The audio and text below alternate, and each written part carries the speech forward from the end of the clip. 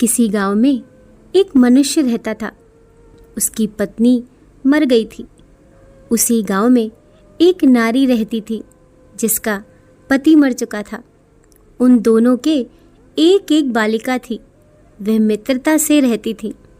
एक दिन जब मनुष्य की कन्या महिला के घर आई, तब महिला ने कहा, तुम घर जाकर अपने पिता को कहो कि मैं उनके साथ विवाह करना चाहती हूँ। यदि मेरा विवाह उनके साथ हो जाएगा तब मैं तुमसे अधिक प्यार करूँगी। जब बालिका अपने घर आई तो उसने सारी बात पिता को कह सुनाई। पिता ने कहा, क्या करूँ? विवाह से संतुष्टि भी होती है, दुख भी। उसने अपनी पुत्री को कहा, बालिके, मेरे जादू वाले जूतों को लाओ, उसमें जल भरो। यदि जल उसमें नहीं ठहरेगा तो मैं विवाह करूँगा। उस जूते में एक छेद था। डालते ही सारा जल नीचे गिर गया। शीघ्र ही शुभ वेला में उनका विवाह हो गया।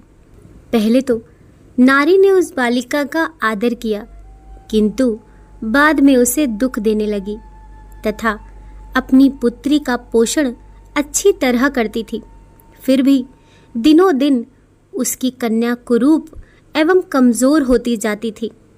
एक बार सर्दी में जब बर्फ गिर रही थी, तब उसने उसकी सौतेली माँ ने कागज़ का चोगा देकर कन्या को कहा, जंगल में जाकर बेर ले आओ।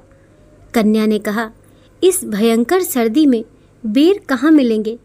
उसे फटकारती हुई सौतेली माँ यूँ कहने लगी, हे निर्लज्ज, जब तक तुम बेर नहीं ले आओगी इस घर के दरवाजे तेरे लिए बंद रहेंगे।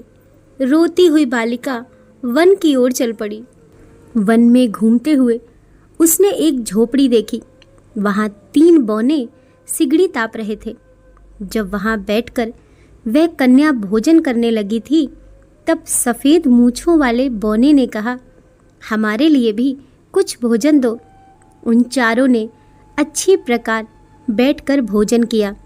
सफ़ेद मूँछों वाले बौने ने कहा, तुम इस भयंकर शीत में कैसे आई? उसने सारा वृतांत सुनाया। बौने ने कहा, तुम झाड़ू लेकर झोपड़ी की सफाई करो, हम तुम्हारे लिए बेर लाएंगे। बालिका की विनम्रता एवं परिश्रमशीलता को देखकर तीनों ने उसे वरदान दिए। एक ने कहा, यह कन्या दिन प्रतिदिन सुंदर हो। दूसरे ने कहा, जब यह बोलेगी तब इसके मुंह से सोने के टुकड़े गिरेंगे। तीसरे ने कहा, यह कन्या किसी राजकुमार की महारानी बनेगी। बेर के फल लेकर घर पहुंची। बेर फल देखकर माता चकित हो गई। जब कन्या बोलने लगी तो सोने के टुकड़ों का ढेर लग गया। लड़की की इस अमानुषी शक्ति को देखकर सौतेली माँ सोने के टुकड़े लेकर चुप हो गई। यह सुनकर सौतेली माँ की पुत्री ने कहा, माँ, मैं भी वन में जाकर बेर के फल लाऊंगी। वन में घूमती हुई वह भी वहाँ पहुँची जहाँ बौने रहते थे। वह इच्छा अनुसार झोपड़ी में जाकर मक्खन खाने लगी। सफ़ेद मूँछों वाले बौने ने मक्खन मांगा। उसने कहा, मेरे पास मक्खन नहीं है। बौने ने कहा, झाड़ू लेकर इस झोपड़ी को साफ करो। लड़की बोली, क्या मैं तुम्हारी नौकर हूँ? ऐसा कहकर बेर लेने के लिए वन में घूमने लगी। उन तीनों बौनों ने उसे श्राप दिया। एक बौने ने कहा, यह दिन प्रतिदिन कुरूप होती जाएगी। दूसरे बौने ने कहा, जब यह बोलेगी तो इसके मुंह से मेढक निकलेंगे। तीसरे वाले ने कहा, यह दुखी होकर मरेगी, कहीं भी उसे बेर नहीं मिले। और वे घर पहुंची। जब बोलने लगी तब उसके मुंह से मेढक निकले। पुत्री की स्थिति देखकर माता बहुत दुखी हुई।